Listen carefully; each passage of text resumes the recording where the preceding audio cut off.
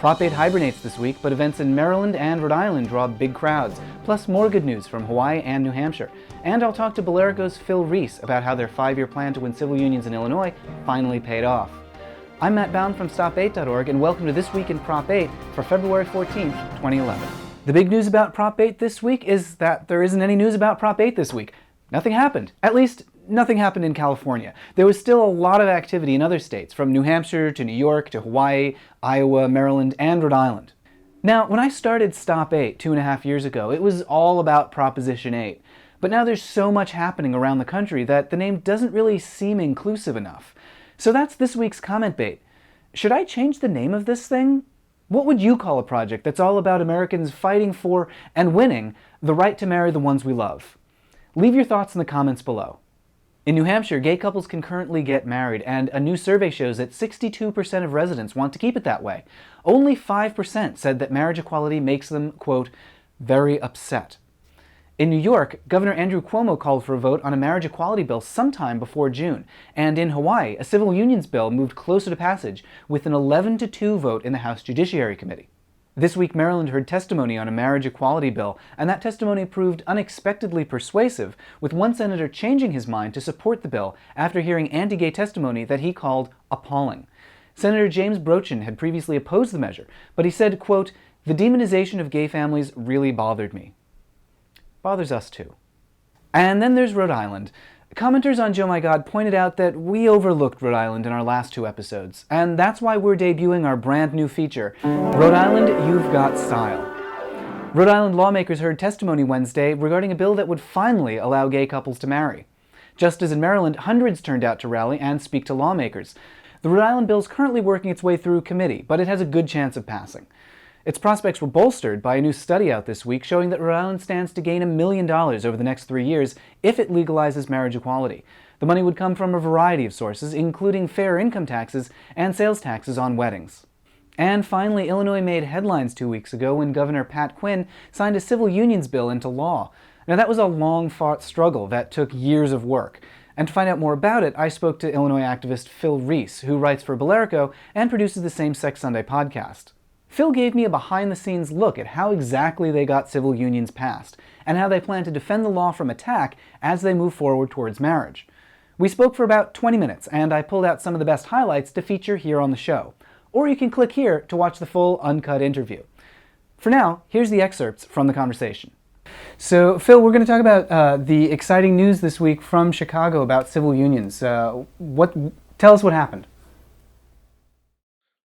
Well, last week the governor signed the civil unions bill into law, which is going to be amazing because June 1st we're going to have our first civil unions in Illinois. So it'll be a June union for a lot of people. What was necessary to make civil unions a reality in Illinois? A lot of hard work. In 2005, was really when the work really began after we were able to amend our Human Rights Act in Illinois.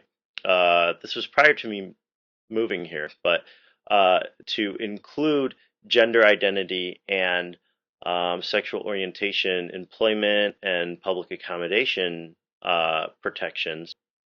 The last little push was really at the end of the year, after the elections, actually, in the lame duck session, because as soon as the elections were over, immediately the buzz was flying that they were going to do it. They were going to push it in the lame duck session. And they did. In a matter of 24 hours, it passed the lower house, and then it passed the Senate. And in the last week before the vote, hundreds and hundreds of activists and community members were bussed out to Springfield from all over the state, from Chicago, from down here in central Illinois, and all to Springfield to put last-minute pressure on the lawmakers. And so now that you have it, is there a risk that it could get taken away? There's always that chance to lose that. So it's really important for activists and advocates to know that once you do have a victory, it's important to defend that victory and to have a plan in place to educate the public, because you never know when public opinion can change and you could be facing a really nasty and scary situation like Iowa is, and like California has with Prop 8. What's happening in Illinois now to make that happen, to do that education and outreach and keep the momentum moving along? We want to be ready for the unions to start taking place June 1st. We want to educate people on how to get it done, what the process is, and so there's going to be a lot of reaching out through the web, through town halls and public forums. Everyone learned a very powerful and valuable lesson in California in 2008, that you need to build a fortress around your hard-fought gains. And so I know that the organizations are really looking toward continuing to build support in the legislature for not just for a marriage equality bill that's inevitable in the next 10 years, but just to make sure that we don't lose lawmakers. I think when people see the positive impact that this is going to have on families, I think we will continue to see public opinion move in our direction. We're just under 50% for marriage. Hopefully, once they see the sky doesn't fall, that 51%, when they see the sky doesn't fall, when civil unions start happening, they might change their mind and choose to support real marriage equality.